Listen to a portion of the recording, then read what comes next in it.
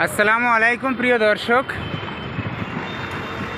এই যে দেখছেন বিশাল বিশাল বাড়িঘর, এই যে তিনতলা চারতলা বিশাল বিশাল বাড়িঘর সব ভাঙছে। এখানে ফ্লাইওভার হবে, অর্থাৎ ব্রিজ হবে, যেটা উপর দিয়ে যাওয়ার জন্য, আর নিচ দিয়ে লোকাল রাস্তা যাওয়ার জন্য নিচ দিয়ে হবে।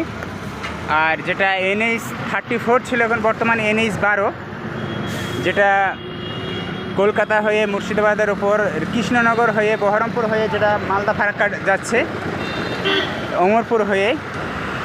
তো এই সেই অমরপুর মুর্শিদাবাদ, পশ্চিমবঙ্গের মুর্শিদাবাদ জেলার অমরপুর, এটা জঙ্গিপুর মহকুমার আন্ডারে অমরপুর বাস স্ট্যান্ড মোড়।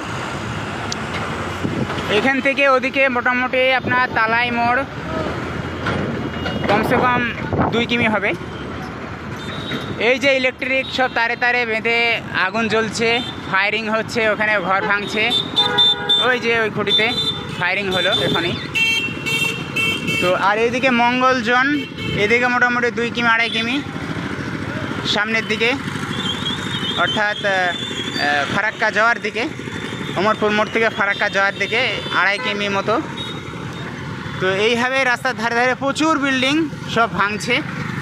এটা রেকর্ড করে রাখছি।